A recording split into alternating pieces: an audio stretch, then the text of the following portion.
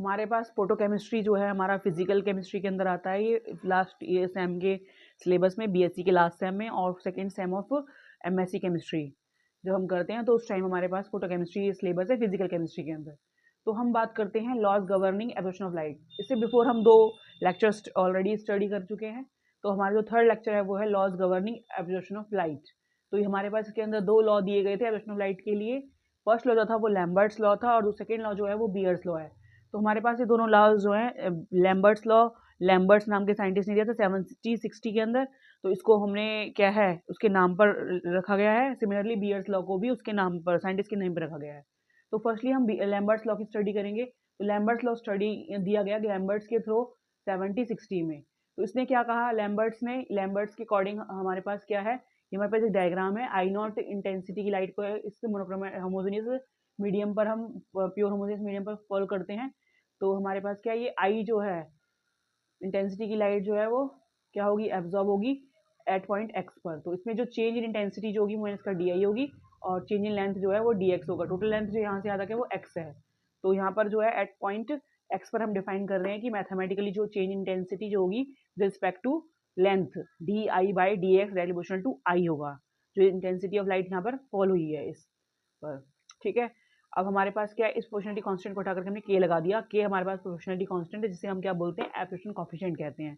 ठीक है, अब हम सबको डिफाइन करेंगे कि डी आई क्या है, यहाँ पर डी एक्स क्या है, एक्स क्या है, आई क्या है, के क्या है।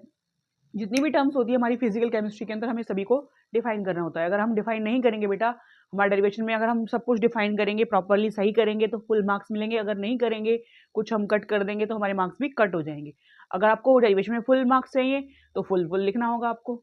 D I is the small decrease in intensity of light on passing through the small thickness d x. I जो है क्या हुआ, intensity of incident light just before entering the thickness d x.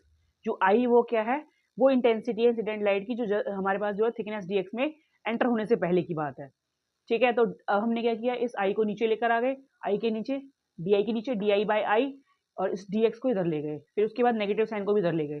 तो d I by I is equal to minus का के d x. ये था equation number 3 हो गई। अब हमने क्या कर दिया, इंटीग्रेटिंग कर दिया both side, I is equal to I naught to I and x is equal to 0 to x of equation number 3। इस इक्वेशन नंबर 3 को इंटीग्रेशन कर रहे हैं तो हमें क्या मिल जाएगा। ठीक है, अब यहाँ पर आपको पता होना चाहिए कि मोनोक्रोमेटिक लाइट की जब बात की गई थी वो क्या थी। मोनोक्रोमेटिक लाइट वो लाइट होती है जिसमें क्या होता है, जिसमें सिंगल वेवलेंथ हो। सिंगल वेवलेंथ कैसे होगी, हमारे पास कोई सोर्स है, सोर्स के अंदर क्या होगा, जैसे बल्ब है तो बल्ब क्या होगा, स्फेरिकली और डायरेक्शंस में हमारे पास रेडिएशन को फॉल करेगा। अगर हम यहाँ पर एक स्लिट लगाए तो स्लिट लगाने पर क्या होगा, एक पर्टिकुलर वेवलेंथ की रेडिएशन की जो लाइट है वो यहाँ से पास होगी। तो जहाँ पर जो लाइट मिलेगी वो हमारे पास क्या होगी, मोनोक्रोमेटिक लाइट। उसी की बात की गई है यहाँ पर। ठीक है, अब हमने इंडिकेशन कर दिया। इंडिकेशन करने पर क्या है, I is equal to I naught to I किया है, इज इक्वल टू माइनस का के d x, x is equal to 0 to x is equal to x तक। तो हमारे पास फॉर्मूला होता है d x by d x का इंडिकेशन जो होता है वो एल एन एक्स होता है। यहाँ पर एल एन का मतलब है log to the base e. ठीक है, तो यहाँ पर हमने कर दिया l n x l N I, और इंडिकेशन लिमिट्स जो है वो I is equal to I naught to I equal to I तक है, और के x x equal to 0 to x equal to x तक है। ठीक है, अब हमने लिमिट की अपर लिमिट पुट करेंगे पहले, तो ऊपर लिमिट आई है तो एल एन आई हो गया, फिर माइनस का साइन होता है, फिर लोअर लिमिट पुट करते हैं तो माइनस का L N I naught is equal to minus का के एक्स माइनस 0। ठीक है, अब जो हमारे पास क्या टर्म्स होती हैं, अगर हम बात करते हैं L N M minus L N N, तो क्या होता है, L N M by N होता है। अगर L N M plus L N N होता है तो क्या होता है, L N M into N. ये हमारे पास फॉर्मूलेज होते हैं दो मैथमेटिकल फॉर्मूले, इसी को अप्लाई किया है। अगर माइनस में तो डिवाइड में, अगर प्लस में तो मल्टीप्लाई में। तो ये हमारे माइनस में थे तो दो टर्म्स क्या आ गई, डिवाइड में आ गई। फिर माइनस का के एक्स, अब हमारे पास जब एल एन को इधर ले जाएंगे तो ई की पावर बन जाएगा, ई की पावर माइनस के एक्स। अब हमने क्या किया, इस आई नॉट को यहाँ पर मल्टीप्लाई कर दिया, I is equal to I naught e raise to power minus k x. तो हमें लाइट जो इंटेंसिटी जो है आई एब्जॉर्ब जो हमें निकालनी होगी तो वो क्या आ जाएगा, आई नॉट माइनस आई। तो इस आई की वैल्यू को यहाँ पुट कर दिया, I naught minus I naught e raise to power minus k x.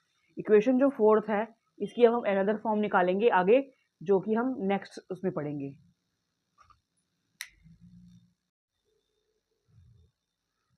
Girls, अभी हमने निकाला था I is equal to I naught e raise to power minus k x, equation number 5। हमारे पास आई एब्सॉर्ब निकालना होगा तो हमारे पास क्या होगा, आई नॉट माइनस आई।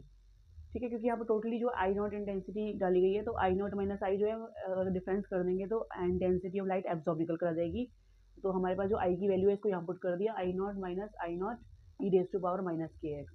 इक्वेशन नंबर जो 4 है इसको हमने log to the base e की फॉर्म में एक्सप्रेस किया है। अगर हम इसको लॉग टू द बेस 10 में कन्वर्ट करना चाहें इस इक्वेशन नंबर 4 को हम एनदर फॉर्म में इस तरीके से फॉलो करेंगे। किस के करेंगे, हमने लॉग टू द बेस ई था यहाँ पर, इसको लॉग टू द बेस 10 में कन्वर्ट करने के लिए क्या कर दिया, 2.303 से मल्टीप्लाई कर दिया, क्योंकि हमारे पास लॉग टू द बेस ई अगर होता है तो 2.303 लॉग टू द बेस 10 होता है।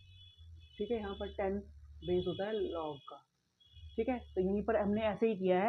यहाँ पर केमिस्ट्री की लैंग्वेज में हम लॉग टू द बेस ई को एल एन से रिप्रेजेंट करते हैं और लॉग टू द बेस 10 को हम लॉग से रिप्रेजेंट करते हैं। तो 2.303 log I by I not हो गया।